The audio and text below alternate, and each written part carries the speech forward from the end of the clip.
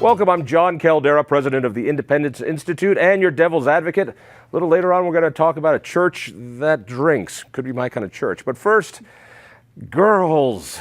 They think they're equal. They think they can do things. My friend Heidi Ganahl has been telling me this for years from the CU Regents. Thanks for joining me. Appreciate it. Oh, I'm happy to be here. All right, first of all, a bit of your history.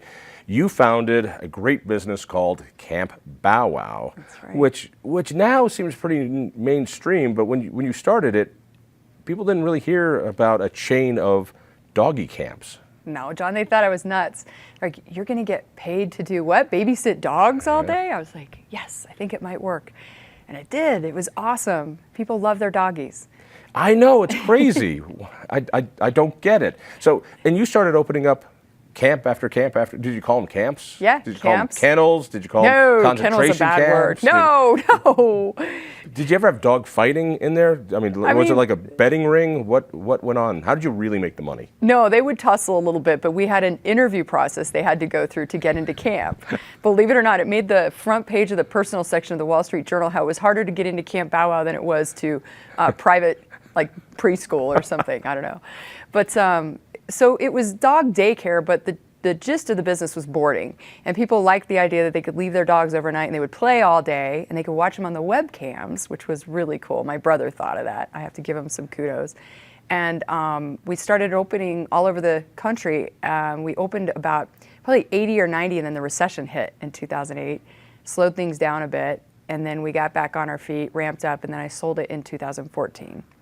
And now you're just wealthy, doing nothing with your time.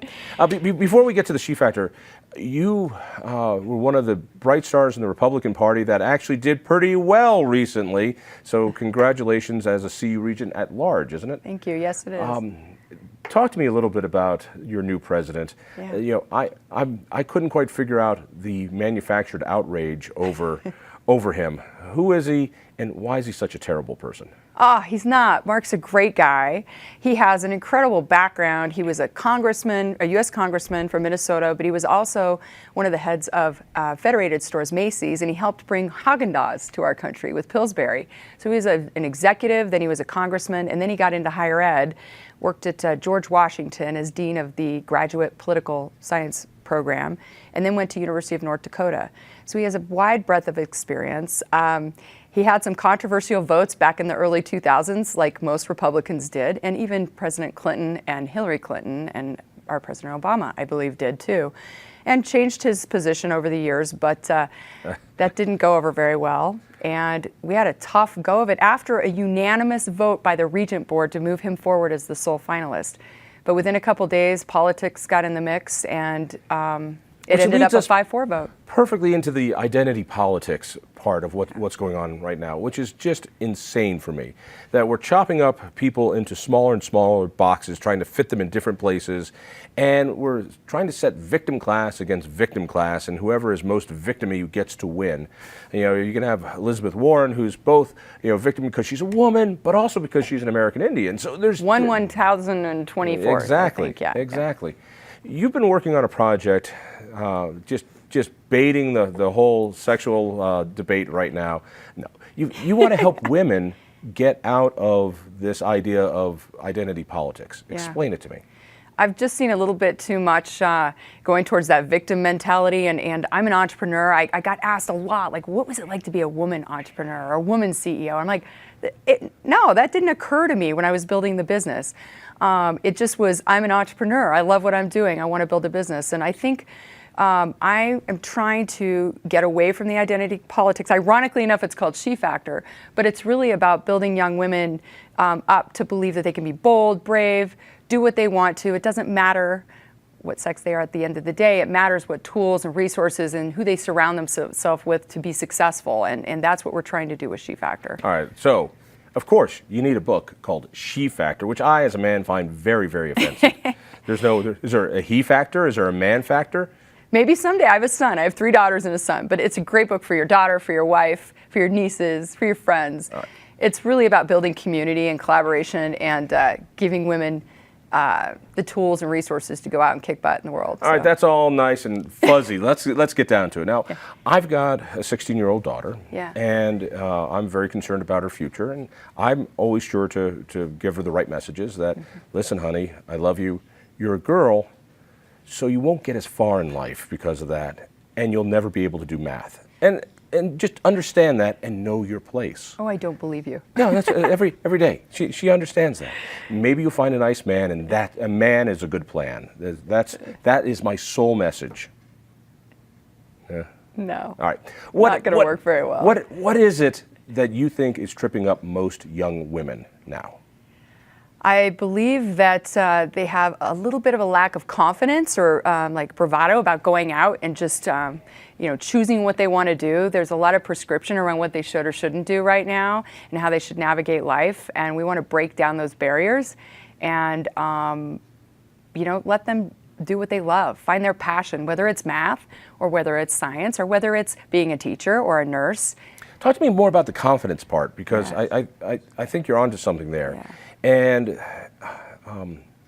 I think it's particularly hard for young girls these days. There's more pressures than ever before. Yeah. There's more sexual pressure, there's more drug pressure, there's more social pressure, and now you've got online pressure, and it is a pressure cooker. And I think it's hard for a young lady to grow up through all that and still have a good sense of self. Yeah, it's ironic. It's almost paralyzing the freedom that they have now, or the choices and the opportunities. Right. And this is supposed to help them navigate that. One thing that I found as I got out into the business world and got more successful was being a woman, entrepreneur, CEO, you have a lot of options and choices because they want to bring in more women. Well, that's not really the right approach. The right approach is, if you want to go out and be an astronaut, go be an astronaut. You shouldn't get special privileges because you're a woman, but we do need to surround you and give you the tools and resources you need to navigate it. But that's true for any young person. It's not just true for young girls. I get so tired. And growing up in the 70s, we heard about the first woman, fill in the blank. Mm-hmm. The first woman, fill in the blank. The first black, fill in the blank. The first homosexual, fill in the blank. And I don't care. I don't care. I was listening to National Public Radio doing a piece calling for, we need more women on the Federal Reserve Board. And they didn't say why. Right. There's only a couple levers that the Federal Reserve has: interest rates, money supply. And a woman would do what? Are they going to be more Keynesian? Are they going to be more like Hayek? What does that mean? Right. And so, at the same time, there's more choices for a woman, but it's a little trickier too, isn't it? What is it that I'm not missing what is it I'm missing as a guy that you would experience? I would say in the world of growing up business today. It's the pressure. It's like we've been given this gift. Women at this point, young women, have been given this gift of this opportunity, and we've broken all these barriers, and we don't have a lot of the issues that we still have issues, but it's not the 60s or the 70s movement. It's now, go out, be bold and brave, and do everything you want to do, and we expect you to do that. And it's a lot of pressure, to your point, and it's pressure to look good, to be good, to give back, to make it big, to make a good living, to be a good mom. And it's tough. It's tough to navigate all of that. I mean, I'm trying to do all of that right now. I have 7-year-old twins, a 9-year-old, and a 23-year-old, a husband who's an entrepreneur. I'm trying to build a business and be a regent. And every day, some days are hot messes and other days are great. And I tell young women, you can be a great CEO one day and you can be a great mom one day, but you're probably not going to be great at both of those in the same day.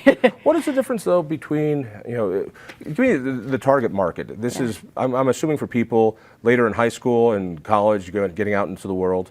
Yeah. What is the advice that's going to be different for a woman than a boy at that age? I think it's about building community and being kinder to each other. Girls can be really hard on each other. I've never seen that, raising a daughter. I know, it's tough. Even my little 9-year-old, There's a great author up in Boulder who wrote Queen Bees and Wannabes, and it's the movie Mean Girls was based on that book. And she talks a lot about cliques and how competitive girls and women can be. And this is about building community and breaking those barriers down and being supportive of each other. And we call it, Harris Faulkner talks about building your SEAL Team 6. She grew up with a military dad. And it's finding 6 people who are authentic with you, real, will be hard on you, but will also be supportive and just, kill it for you when they need to. And teaching them things like that. Or teaching them how to take good care of themselves. We work so hard as women in society today to take care of everybody around us, and sometimes we don't take good care of ourselves. And so it's just navigating all of that and having frank conversations, because I don't know that any of us has it figured out per se. It's just about being real, honest, and not being afraid to admit when things aren't going so well.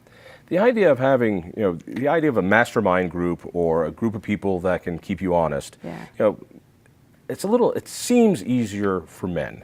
I don't know why that is. It seems as though, hanging out with the guys is a very different thing than hanging out with the ladies. Am I wrong on that? I don't know that it's harder, it's just different. How so?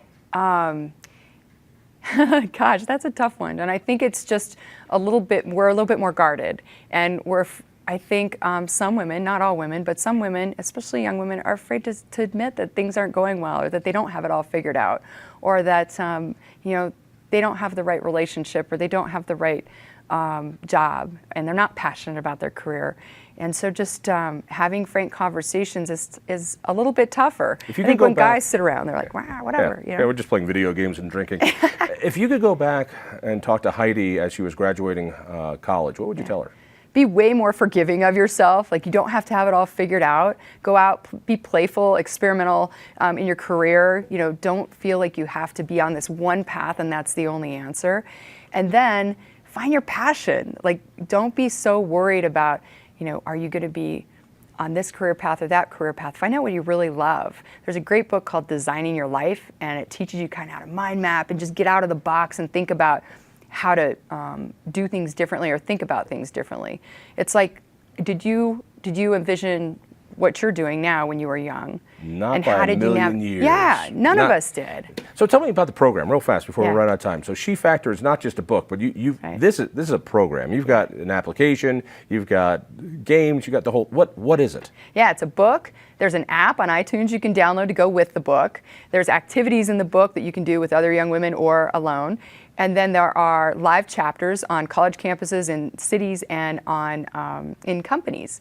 And that's really the live When you say live component. chapters, you're not talking about chapters of the book, you're talking groups of people, groups of women getting together and talking about these things. Yeah, we call them squads. Squads. Yep, 10 to 100 women in each of those, various areas, and we get together. We do inspirational get-togethers, educational get-togethers, networking, but it's not like a dry networking group. It's really about inspiring each other to get real, get authentic, find your joy, find your passion, and then hold each other accountable for really accomplishing what you want to do. And that's where the app comes in. It's basically gamification for your life. And you play Gamification for your life. Yeah, it's cool. Explain that one for me. Well, it teaches you how to prioritize, set goals. You give yourself a score every week on how you're doing. Well, that score is your Shefactor. So that's where the name comes from. Then it gives you a common language to talk to other women or men or your family about where you're at. Last week stunk. I only worked out twice. My fuel Shefactor was a 4, and I'm really trying to get it to a 9. And so it's a common language, like a self-net promoter score, if you know what a net promoter score is. Yeah. I wish you the best of luck. I'm keeping this book away from my daughter because I want to keep her in her place. I don't want her to get too uppity. I don't want her to get that confidence. So this is going right to her. So I appreciate it. Thank you for everything you do on the Board of Regents. It is so crucial, and that institution needs your guidance. So thank you so much. Thank you. Thanks for having me. Oh, last question. People want to get this. Where do they go? Amazon. Amazon. There you go. Stay tuned.